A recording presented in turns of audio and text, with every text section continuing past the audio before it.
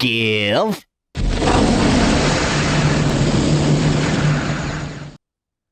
No, give?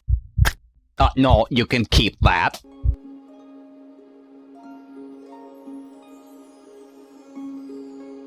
Greetings, the world of the internet. I am the Great Master Squeak, and welcome to Squirrel Talk Review. Does anyone remember the movie Dragonheart? A movie about a knight teaming up with a dragon against a cruel prince. It was a fairly decently made movie, had a few good fight scenes, decent characters, and a dragon with attitude. Yeah, that movie. Not the best, but a good show. Now, did you know it had a sequel? And guess what? It's direct-to-video where all the best movies go. So let's saddle up to the sequel that no one knew existed. This is Dragonheart 2. Any thoughts of this remotely, possibly, being a good movie are shattered in the first few seconds. My story begins when I was but a lad of 16. A snooze-worthy narrator, a prophecy predicting the plot, and recycled footage from the first movie. All of the markings of a great film! So blah blah blah, buzz through this so I do not fall asleep. There is, of course, a dragon egg that hasn't hatched in like 50 years. And the monk order are going to raise it underground because there was a monk in the first movie. So the opening credits begin to roll as we watch monks doing whatever it is that monks do. The monks. Hey, hey, we're the monks. You wish! We also see our main character, Geoff, poking a dummy with a broom handle. Dreams of knighthood like every other stable boy in every other movie. I will even clean that old dungeon for you if you just unlock it for me. I'll tell you a secret about that dungeon. There's nothing down there that can transform you into a knight. Well, what kind of secret is that? These monks have a dungeon? These are not monks you want to mess with. So we watch this guy, Lord Oswick, get sworn in as the king's new right-hand man, who is... A gift? Is it my birthday? Missing a few of his marbles. I've lost my marbles. Everyone will receive 2 new tunics in the style and color suited to their inherited station. From now on, no one will wear anything else. Crazy! Yes, because one nutball advising another, ruling over you, is very pleasing and comforting. Time to meet the young version of the narrator. He's dull, boring, and actually doesn't do much in this entire movie. Oh, and he is the comic relief. Just watch this. Like that, take some pride in being special. Right? I am special. It's not like pride's one of those 7 deadly sins or anything. Actually, it is.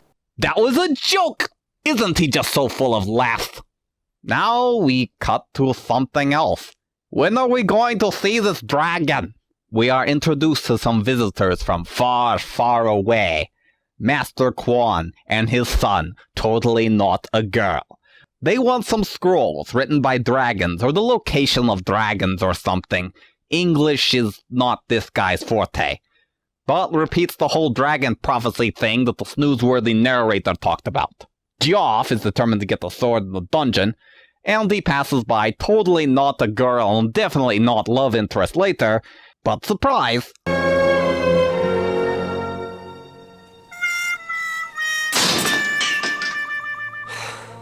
But he's determined to get that sword, so deeper he goes. He must have that sword. And now Dragonheart 2 presents How to Survive in a Medieval Dungeon. When hearing the roar of a monster, scream as loud as possible to make sure that it knows exactly where you are. Tip number 2. If the monster tries to go a different direction, be sure to follow it. That way it will be easier to find you later. Tip number 3. If the monster is cornered, be sure to sheath your weapon. It is easier for the beast's digestion. And finally...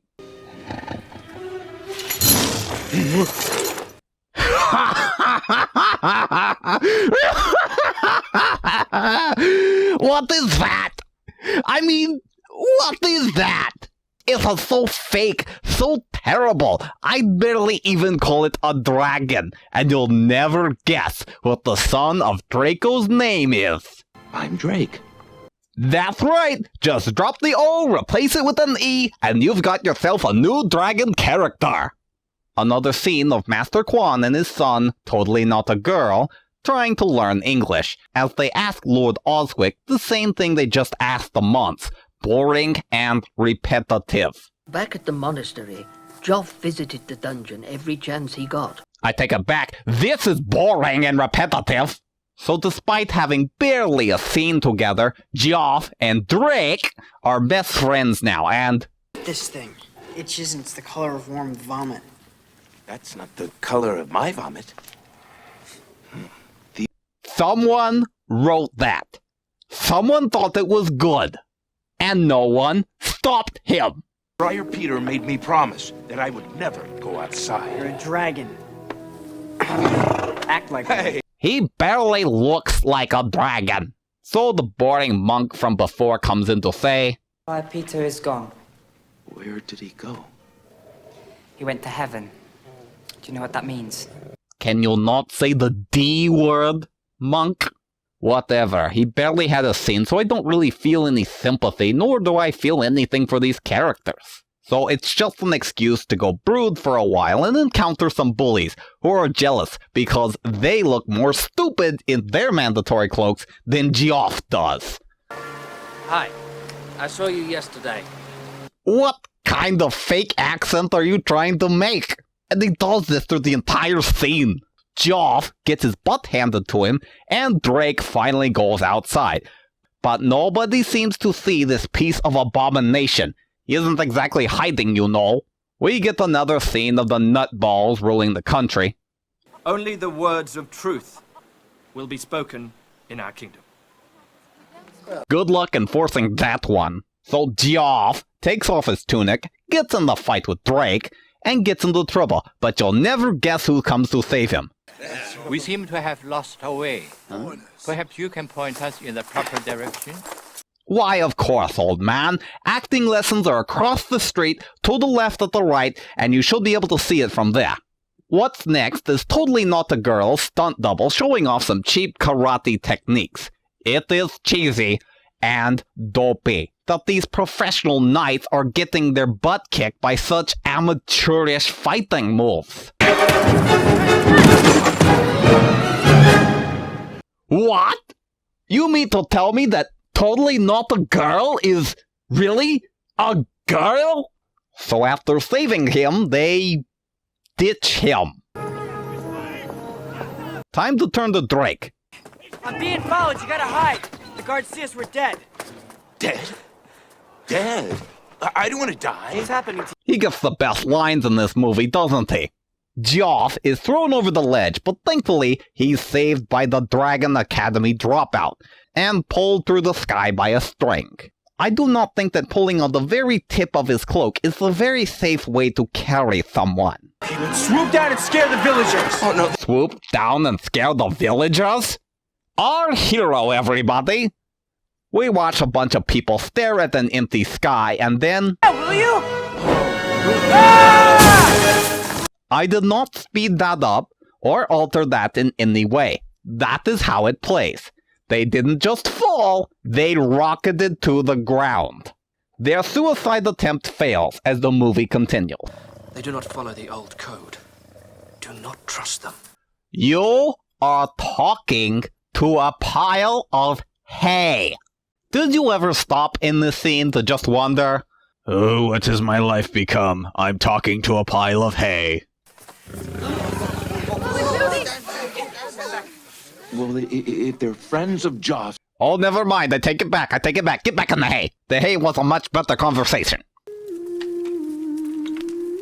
Does she have a microphone hidden in that hat of hers? Listen how loud that is. And it is totally just a stock sound effect. So totally not a girl, excuse me, Leon and Geoff have a moment.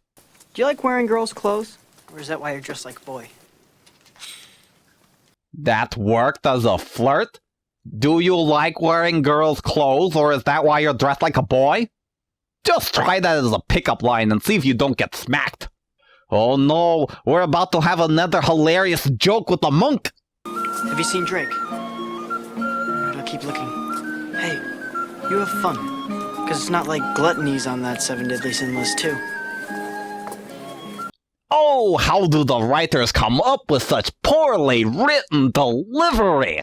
And you'll never guess who's back. Why, it's the fake accent spewing bully, of course. Isn't that fencing stable boy at the castle at last? You could read Hamlet and still make it funny. You only have that tunic because you're friends with the dragon. Can't you just mutually agree that you both look stupid? The narrator talks some more. Show us, not tell us. You are unbelievably boring. For Quan and Liang to test the purity of the dragon's heart.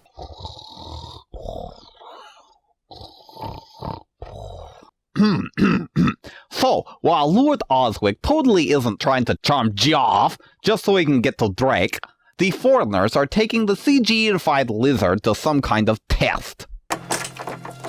It is a ritual mask based on the most famous dragon in the East. And totally not dangerous at all. I could teach you, but that would take years. What is with the birds chirping in the background? Is it supposed to represent something?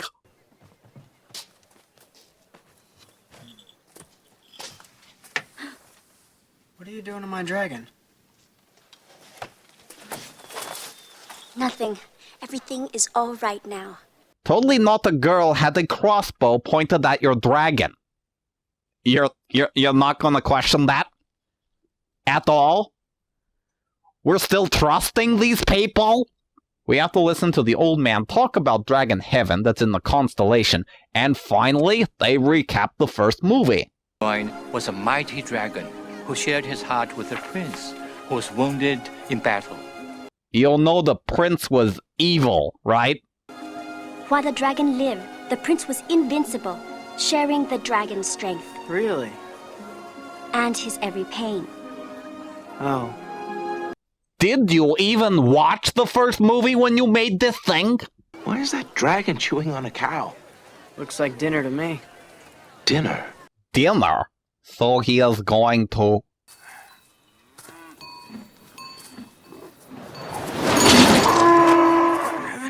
Where'd you go? He stole that guy's cow. That was probably all he had, and now he is going to starve to death. Our heroes, everybody. So it's time for his first lesson of being a dragon. And concentrate on passing the air deep in your throat. Fill your lungs. It will sound like this.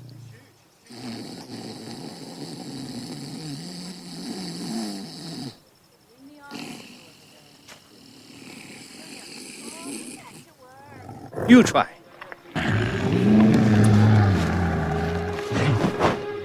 Something's wrong. Yep, they went there. A fart joke. Just when you thought they could stoop no lower. A fart joke. A fart joke. Give me a moment. This is just too stupid to process right now. Ugh, okay. I am ready. Proceed with the film. They move farther away from civilization for the next dragon lesson.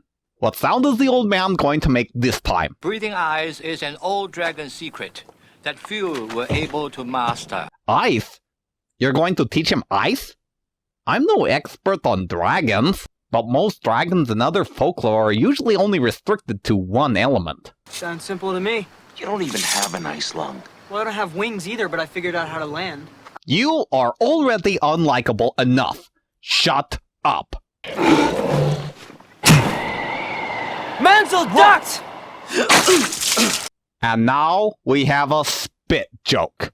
First farts, then spit. No. I'm okay. I can handle this one. I'm not even sure I want to know what they might come up with next. This couple hasn't had a moment in a while. Years ago, a dragon named Griffin led a rebellion against our imperial city. When virtuous dragons captured Griffin, they took his heart as punishment. and placed it in here. I thought the Dragonheart would be, I don't know, bigger. I said you could keep that. And thus the moment is over.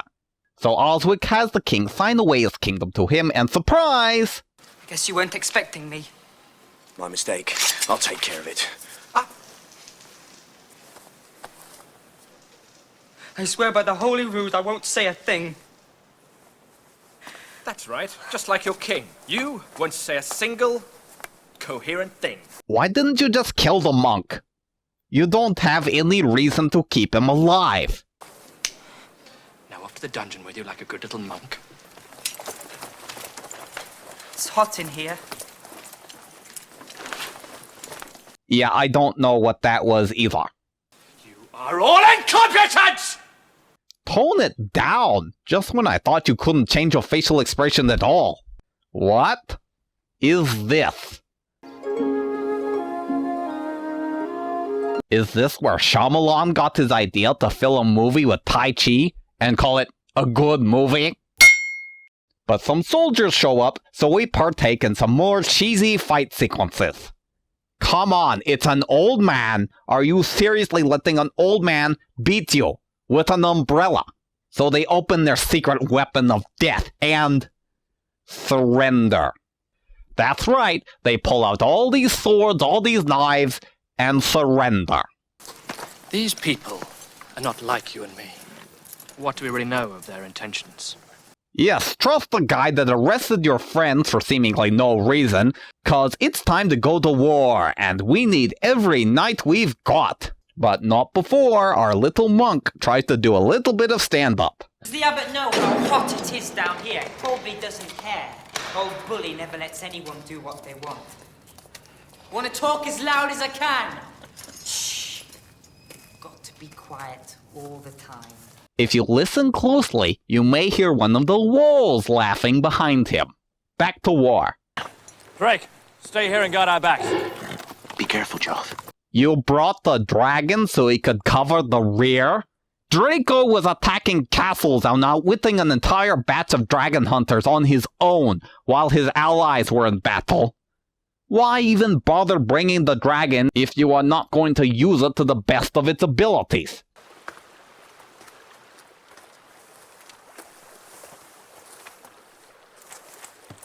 The Terragoths killed our border guards. How? By shooting him in the ear? Totally, it's shot him in the ear. Pigeons!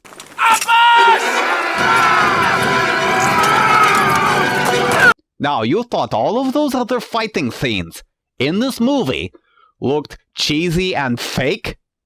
Well, you haven't seen anything yet. Just look at how fake all of this is. That totally didn't stab him. You are a foot away from actually punching him. You're not even trying to cut these people. It's just so unbelievable. But Oswick gets tapped on the side by a spear and falls. Joff, tell Drake to give me his heart.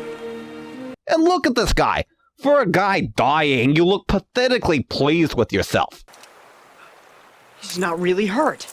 He set us up. Grab him! What? You mean that it was all fake?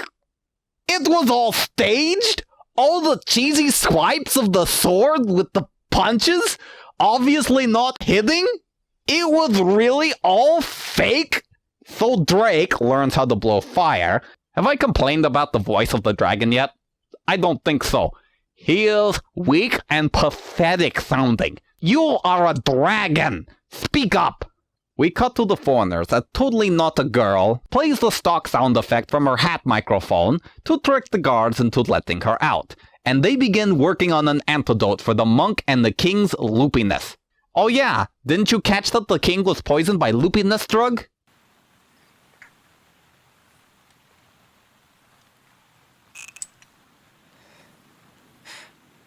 So if the monk turned back to normal instantly, why didn't the king snap back to his senses as well? Especially as they are surrounded. So we have another tussle with the Karate Kid wannabes lazily kicking butt. But Oswick gets the amulet thingy with the Dragonheart in it. I repay you for your ancestors' sins! All the kicks and flips you two are doing and you couldn't dodge a single knife attack that came from directly in front of you, that everyone could practically see coming? No, not the old man. I know I couldn't understand a single thing you said, but not the old man. Of course the old man. The old man always dies. So with everything stacking against him, Oswick starts going crazy, with as little enthusiasm or emotion as possible. Quo Fan was the murderer, as was Bowen. Bowen was a knight of the old code. I've shown you the true meaning of the old code. It's a way to control people weaker than you! Why are you saying all this? You are surrounded. What are you going to do? Wave the heart around or something? Tonight, that curse is ended. What? Don't put that in there. Just look at the face you're making.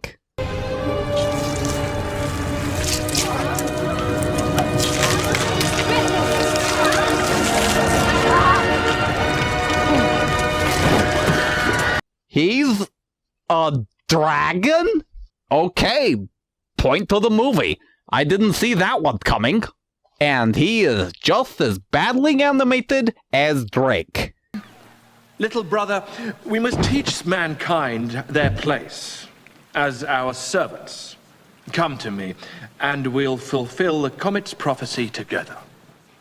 You called me brother. He is not your brother. He is the same scumbag you didn't want to socialize with in the first place. Drake, don't go! That's it, brother. Joff, I'm not alone. Drake! So is brother the magic word that makes dragons do whatever you want? Brother, sit.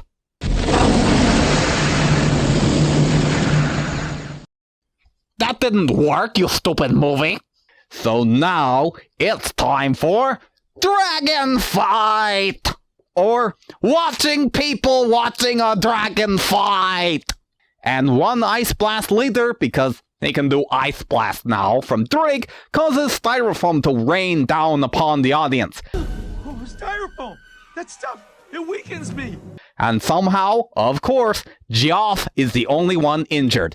So now, because offering hearts is a big deal now, Drake, of course, saves his brother by opening a portal to hell.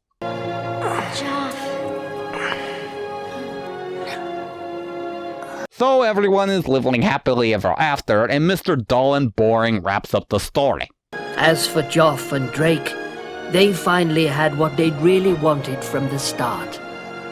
A brother. No, they wanted adventure, and Drake wanted to stay inside and hide. That was Dragonheart 2, and there is a term that circles the world of the internet, that the movie can be so bad that it's actually good. I did not believe in such a thing. I mean, how could something be so good despite being so terrible? That was until I saw this movie. The acting is hilariously bad. The story is hilariously bad. The effects are hilariously bad. The only parts that are not a bucket of laughs are the times that they're actually trying to be funny. All of their gags and jokes are stiff, lacking any kind of good delivery, but that's what makes them hilarious. Everything else is so funny in this movie that when they're actually trying to make us laugh, they're hilariously bad at it. Having such a shrimpy sounding dragon is one thing, but making him say lines like, That's not the color of my vomit.